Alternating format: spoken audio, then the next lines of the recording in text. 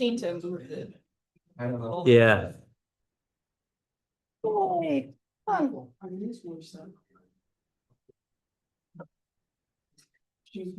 Okay, great. Well, people might come in, but let me turn the light down too.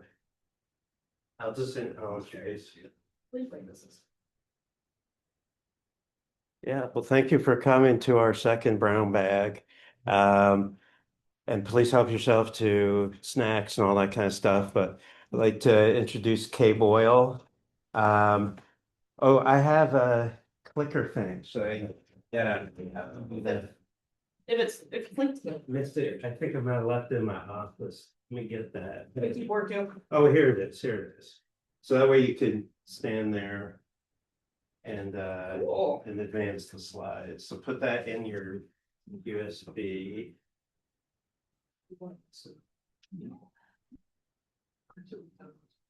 Okay, now let's see.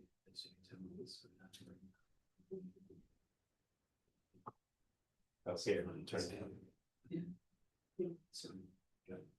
Yay. Okay, yeah, so up is advance Okay. to the next one. That would be really awesome. Yeah. Cool. So I'd like to introduce Kay Boyle, who will talk about her field school in Belize.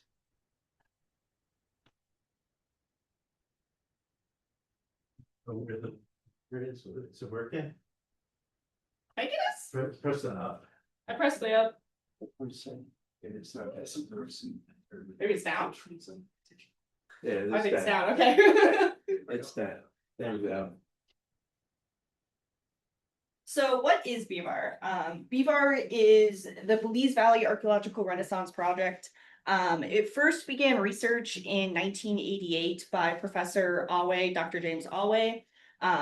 He's been doing research. He started research on a site known as Calhalpetch, which these are pictures from Calhalpetch. We didn't do research on there. They started that in the 1980s.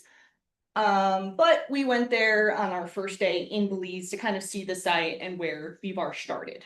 The directors of BVAR today now is Dr. Awe, Dr. Julie Hogarth, who was my supervisor, and Dr. Clara Ebert. And she was mainly out of Zunantanage, Dr. Ebert. So here are some photos of Zunantanage. Zunantanage I mentioned first because it is the public site that we had students working on at BVAR. It's not the site I worked on, but we were allowed to tour the different sites that all the BVAR students were on. So Zunantanage was discovered in the 1980s. They originally thought this structure, El Castillo, does this have a... It's a laser. Oh, it does! Yay! Aha! So El Castillo, it was originally thought to be a mountain when it was discovered by explorers in the 1800s. And then I don't remember how they decided they wanted to start digging, but they did. And they found a massive structure underneath all of the debris there. Oh, no. So the map of the site was created in the 1900s, and that's when excavations really kind of took off there. And it was created as like a park, a publicized park in the 2000s. There is still a lot of history in Zunantanage, El Castillo just being one of them. One thing I forgot to mention about El Castillo is that is some iconography to their deities, the sun gods. On top there, it was probably a capitol building or some sort of royal housing. And then this picture was me hanging off of Zunantanage to get. So it was quite fun. That structure. Yeah, so there is this kind of plateau you can stand on right here. You can kind of see it more in these photos. This photo here is when I was leaning over and trying to take a picture of the courtyard.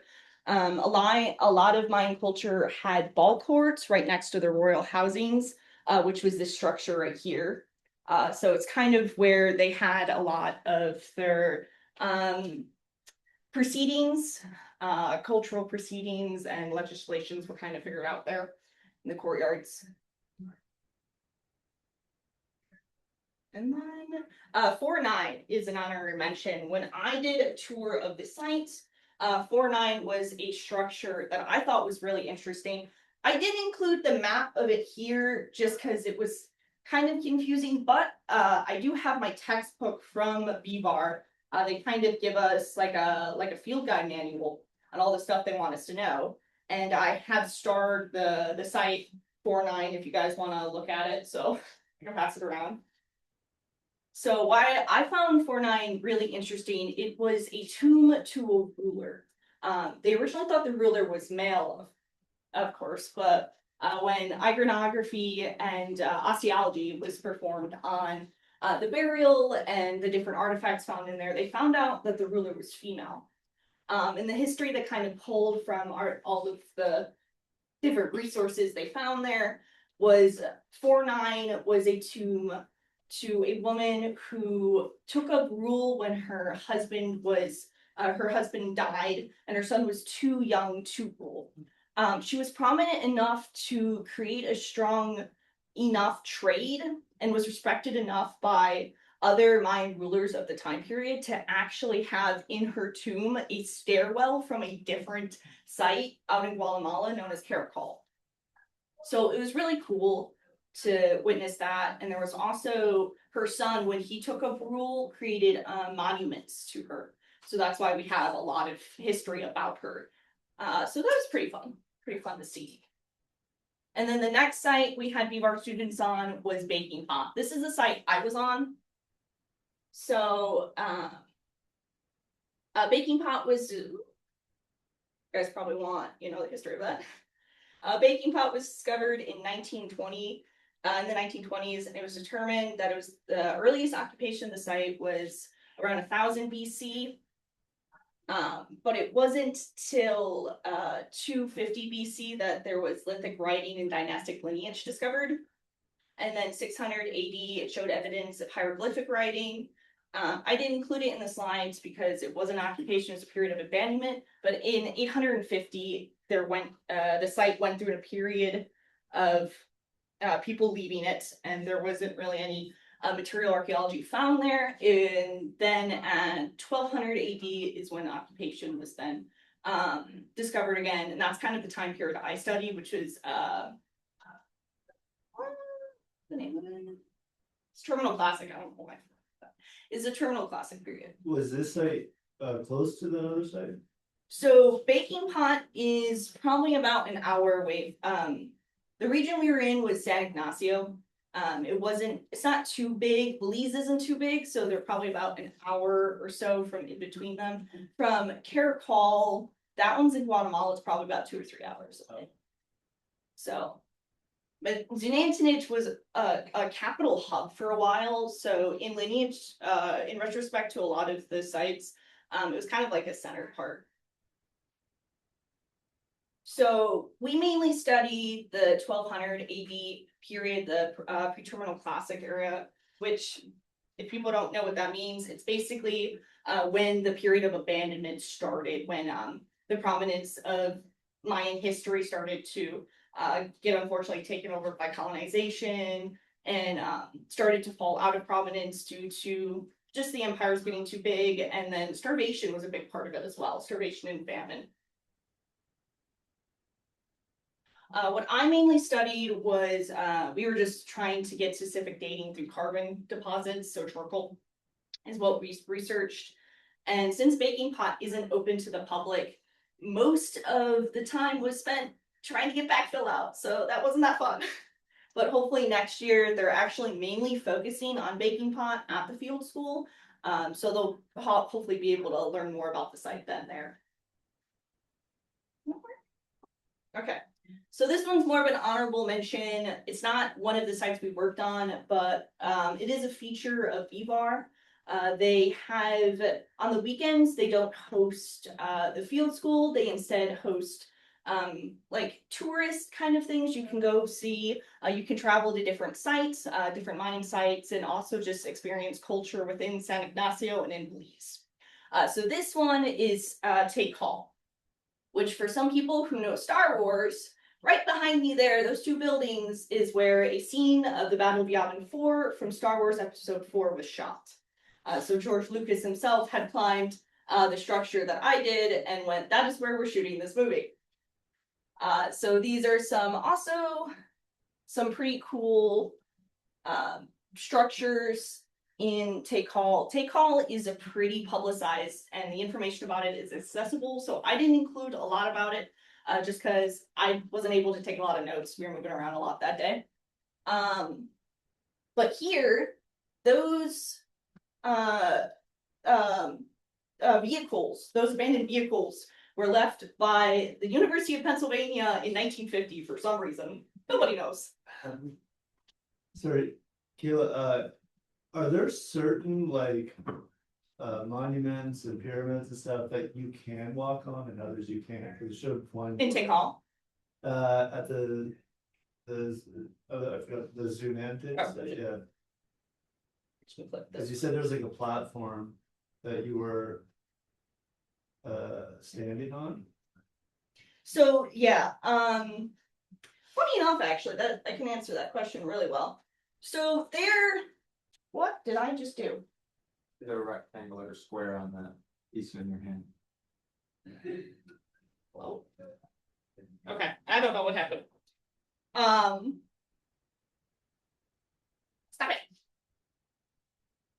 Welcome to the. I was just thinking you guys never time and used a clicker before. It has the mind of its own. So this was a tomb or some sort of structure that was a lot of structures in the Mayan sites were built on top of each other because there's periods of abandonment and then people came back to them. So this was kind of a structure inside of a structure inside of a structure. Okay, yeah, You were not allowed to go in there if you were of the public, but we were you're allowed. researchers. Little funny story about this. I didn't do it, but actually Dr. Awe, one of the people who investigate the site and is director of the site, he tried to hop the keep out fence and then broke it. So they had to fix that, but that was kind of funny.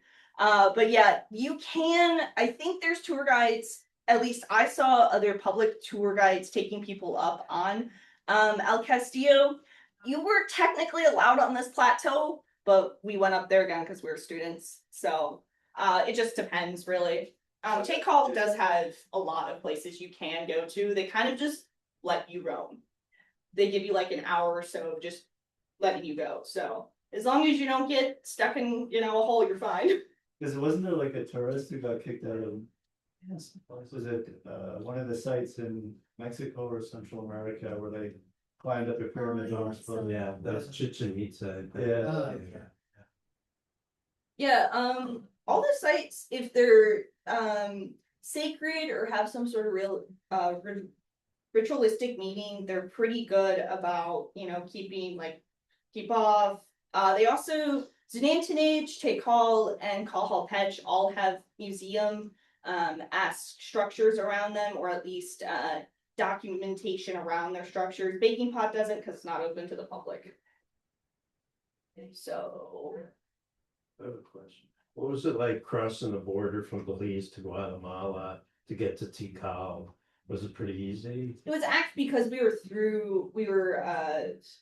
went through a program they've been using for several years and built up trust for several years. And we had Dr. Alway with us. It was a breeze, but I'm assuming there might be some bumps around the road. But for tour guides, they tend to be pretty good about that. So just don't bring anything you shouldn't. And they'll let you know. You guys get a debrief. Like you'll get a debrief before you go out into they take you on this trip. So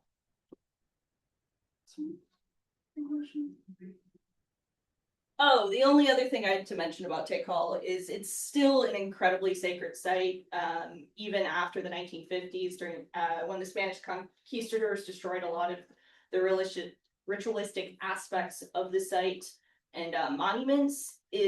Mayan culture still goes there today to perform sacred rituals. So, and there was a museum that was about an hour away from Tikal that had a model of what the structures probably looked at when it was occupied. So Tikal was a massive center of, it was both a kingdom and a capital at one point. So pretty cool. And then for students who are looking for field schools, to get involved, there's the website here. I know I didn't put a QR code, but if you just type in BVAR, it'll come up as the first thing in any search bar you use. And they actually have their applications open for their 2026 field school. All of the information and requirements of you will be in that application. And also I highly recommend talking to your mentors here at the school, your advisors, and the student foreign exchange program, because you will need to talk to them if you want to use BVAR as credit for your field school. BVAR also, through the University of Arizona, offers courses to learn about Mayan history, that it's a little bit more exclusive. What I found out about Mayan mythology when I was on the site is it's not really accessible knowledge. Professor Alway has a lot of it because he was the one who researched it. So his course will talk a lot about the things you'll learn at BVAR. So, is there any questions? This is pretty short. I talk fast. Thank you. What was your experience when you were not, like, what was like the post excavation experience like at the field school? Okay. So you're done excavating for the day, and did you do lab work after, or did you do field? Oh, I see what you mean. So some days they would have lectures that you could attend if you'd like. I always attended them, and it talked about different happenings at the sites we either worked on or other sites. I learned a lot about residual chemical analysis and how they can use radiation on ceramics to figure out trade routes. That was kind of cool. There's also workshops that they offer during the field schools. Like the time when you're supposed to be out in the field, you can sign up for workshops instead for like a day. I did an osteology one and learned a lot about the dental work that the Maya did. Actually really skillfully. They would inlay their teeth with gems in a way that didn't do a lot of damage to the dental, so that was kind of cool. And then there was also a ceramic one, so we learned how to record and draw ceramics. That was another workshop. So there's a lot of things BVAR offers other than the field school. And then did you do like post excavation analysis of the artifacts you found? Yeah, so we would do that at the end of, so the field day would persist of being out at your site, at your excavation unit. And then whatever you found during the it was about like till lunch or a little after, maybe 2 hours after, you would then take the artifacts and all of like the analysis of the different layers you saw and the strata and stuff to the lab, which ours was just kind of a hut. Yeah. With so many ceramic shards in it, so that was fun. And then most of the afternoon would then be spent cleaning, washing, and cataloging the artifacts. Okay. So And when did your day start? it started about 7 a.m. Okay, so 7 to like 3 kind of thing? 7 to 5. 7 to 5. So yeah, as long as weather didn't cause any problems, which for us it didn't until the last day. So that was fun. Sorry, one last question. What was the food like? So I'm trying to get all the things the students like. These are the things they want to know. What's going on? it disappeared from that, but a lot of the food actually, Belize kind of caters to foreign kind of, it's very touristy, unfortunately. So there's a lot of stuff that's catered to America. At the place we stayed at, they tried to replicate a bunch of American meals, Oh, okay. and it had a very Mexican or Spaniard twist to it. So I thought that was interesting. But one of the main foods we ate was plantains, some sort of chicken and rice. Okay. I know this was a field trip, but if you could go like to any site in the world, which one would you go to? Like, what's your dream place that you would like to go to? In regards to these sites, I would love to go see Take Hall again and even do research on it. I'm still trying to figure out what I want to do with other types of archaeologies. My main focus wants to be on archival research and getting information on a lot of these sites more accessible. Like I said, with BVAR, a lot of the information is in Dr. Alway's basement.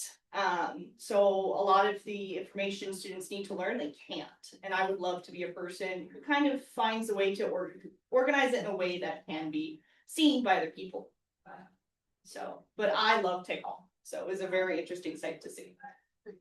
I'm impressed by that answer and I want to hear more. Of course. But my question for you was, what happened that maybe you did not expect?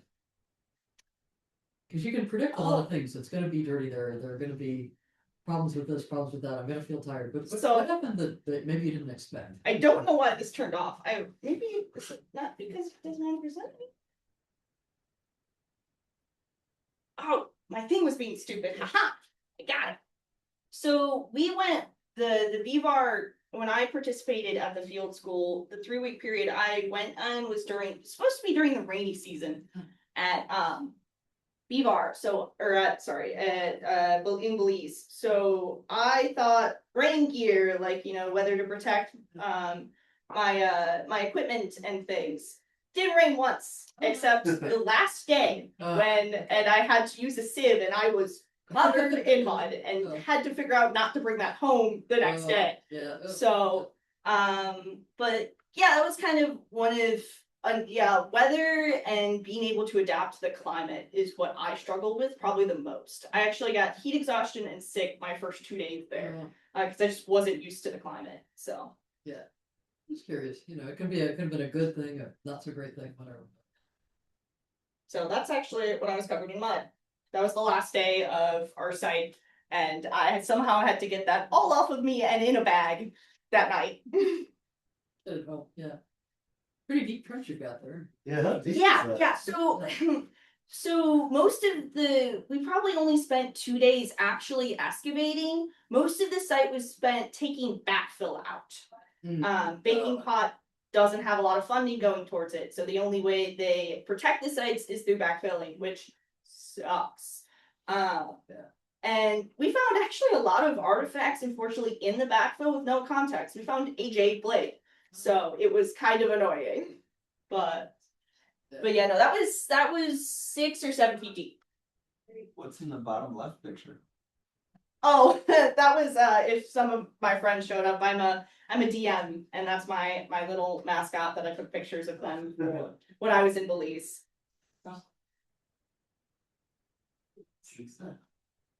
Yeah, what's that? The picture there looks like a.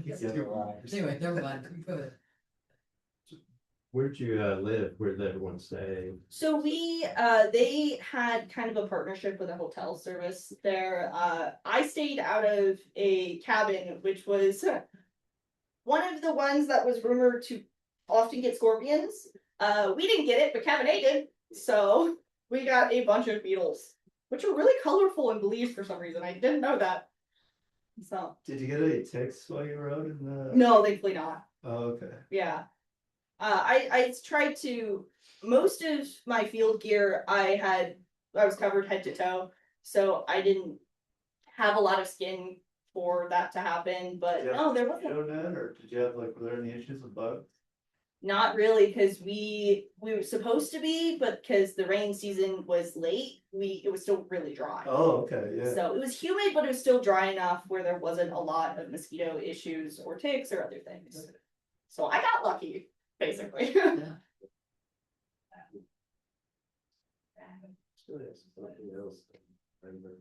Was there any much interaction with the local community in the area, or? Yeah, so San Ignacio, English is almost a first language there, so you'd be more immersed if you went in with Spanish or some sort of context to the Belizean language, but you can get by with speaking English and speaking to locals, and they love to hear your story and they love to talk about their own. So every Friday we would go out into the town and learn a lot about the culture there. So it was a lot of fun. What were some notable finds Um, that you came across? In your- so Zanantinich found a burial site actually at the end of our field, our time there, our field weeks there. But our group found mainly charcoal deposits, which was really good for Dr. Hogarth. She was the coordinator for our site. She needed it for carbon dating, so we found tons of charcoal deposits where we were. So Good, so you learned how to work with that kind of material. Get it Yeah, lab. it was real That's a good fun. skill, you know? Yeah. Yeah. Were you putting it in tinfoil? yes, we were putting it in foil. Yeah. So it was almost one after the other one day. So we really learned how to get charcoal out of the ground. And poor Dr. Hogarth could not leave our site for more than 15 minutes. So Let me see if anyone's on Zoom who has a question. I Let's kind of see. sit over here, so I don't. Oh, it's bother me okay. much. Oops. Q&A, okay.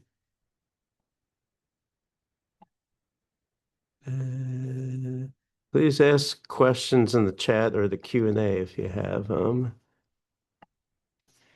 Okay. So are you going I back? think so. It sounded like, are you going back next year? Or the team that's there is gonna do? The team is going, so BVAR is still continuing to research those sites, mainly Baking Pot, which I'm very glad for because they can make a lot more progress than we had because there's more people who can take out backfill.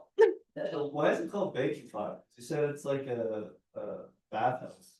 So the main site I worked on was like kind of a royal bathhouse sauna thing, but the site itself, the reason why it has that name is they don't know its original name. There's theories. Okay.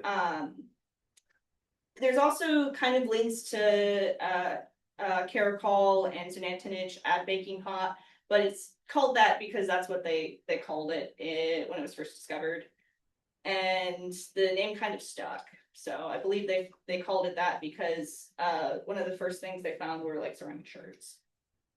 Is it like a complex? Is it a tiny? There's okay, I can actually show you what it is. So these are the sites that we worked on. This one's of Zanantinich, and then the other one, I couldn't figure out where I was on this one, so I didn't end up like putting it in the slides, but this is the maps of Baking Pot. So those are the different sites that are all that is all when you go to Baking Pot, you don't see any of that. None of that is resurfaced. It's all been unearthed, researched, and then backfilled. So it you can walk into Baking Pot and not even realize it's an archaeological site. Is the backfill also for protection against erosion and stuff like that? Yeah. Belize is a jungle, so it's a very acidic soil. And it can be very destructive with erosion, so they want to protect as much as possible.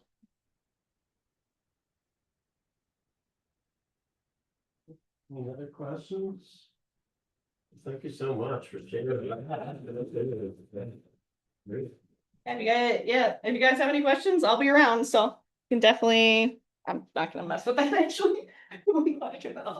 But Great. So cool to get Yeah. to see that. Yeah. It's really cool.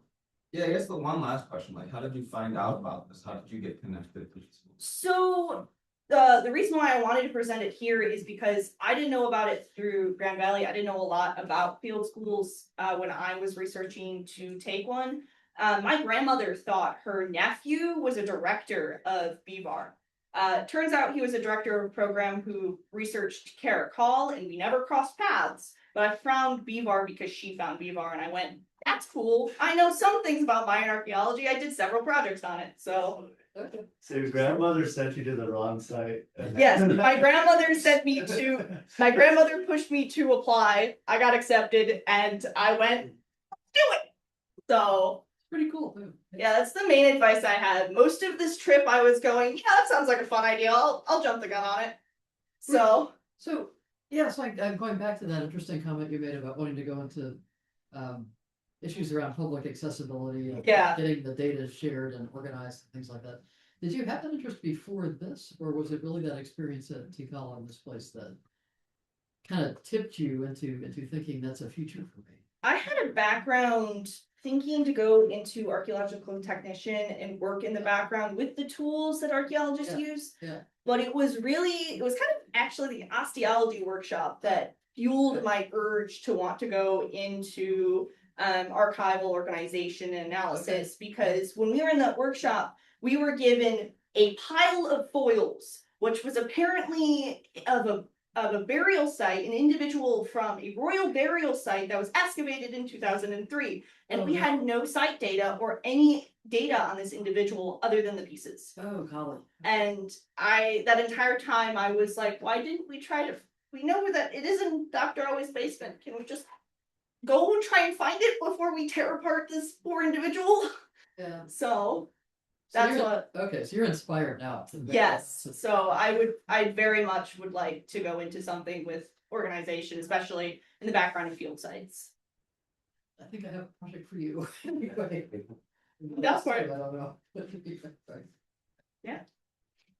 I think it'd be cool to set up like on the webpage where all the field schools that GVSU students went to. That would be cool. I think I would And love to then, see more people. like where they went, and just a link to that, the website to that program, just, cause some of them are like, I don't even know where to start, it's like, well, you That would check be- there. That's see a what- good Yeah, yeah, because on the archaeology webpage, we've got links to, Yeah, the field school guide online and things like that, but adding a link to.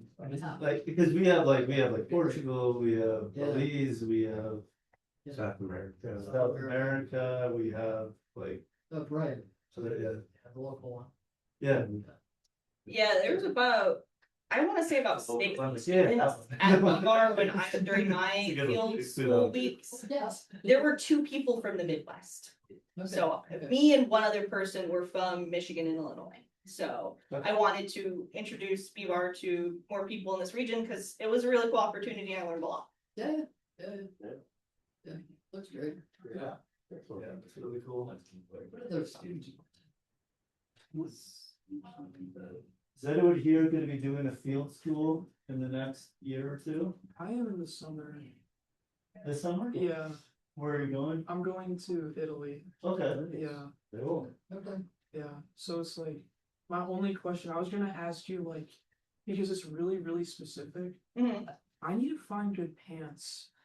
Oh, yeah, I have it linked. So the pants I wore they're pricey, but they're worth it. They're actually geologist pants. Yeah, And because- I needed them quite a lot. Yeah, because I'm gonna be in the summer and the temperatures are gonna be like 90 degrees, 100 degrees.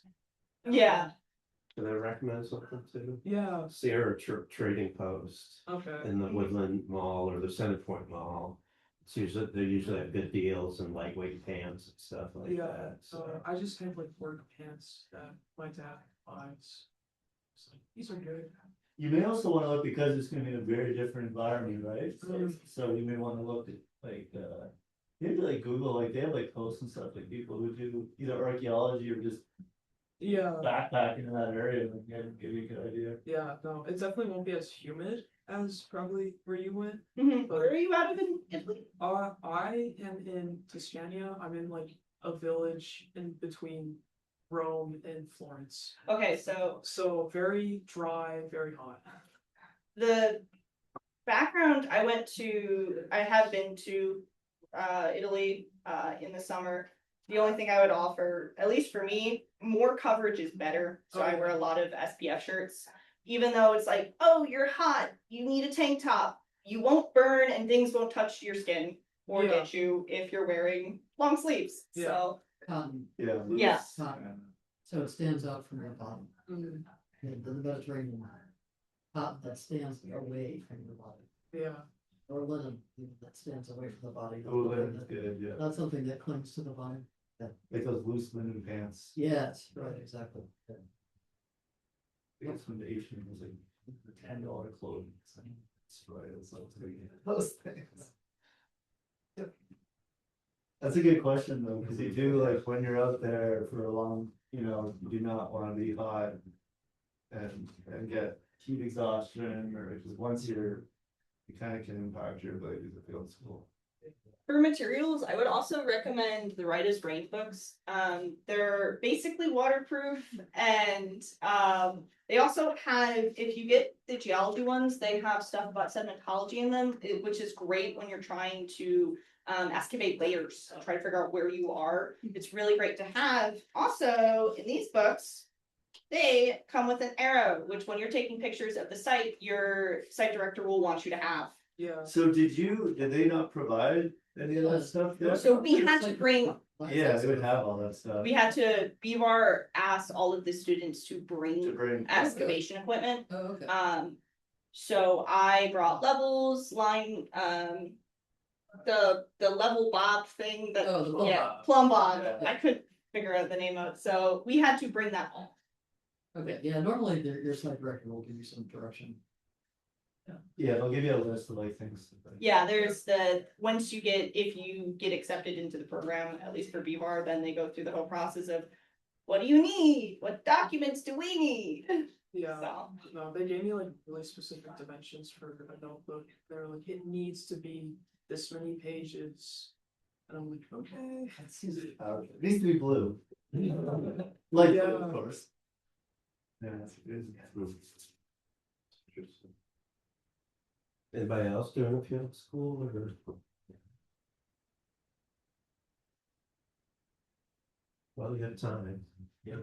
We're waiting until next year to come back to see. Yeah.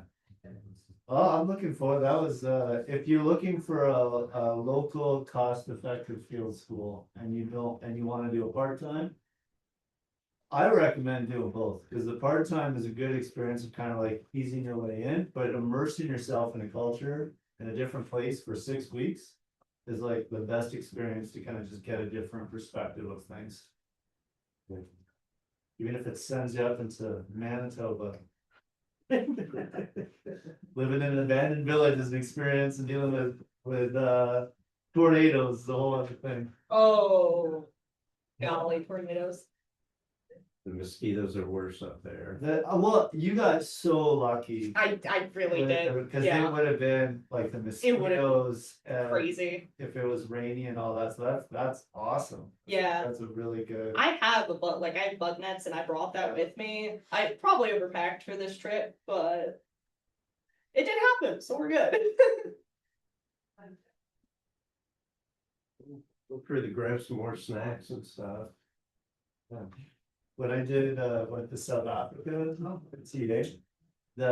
I went through customs in South Africa, they didn't know what the plumb bob was. And they're like, what is this? What's in here? I'm like, it's a plumb bob. They're like, what's a plumb bob? I'm like, it's a plumb bob. You're like, yeah, you kind of like, but they thought it was like a weapon or something, you know, they're not, so kind of trying to think so.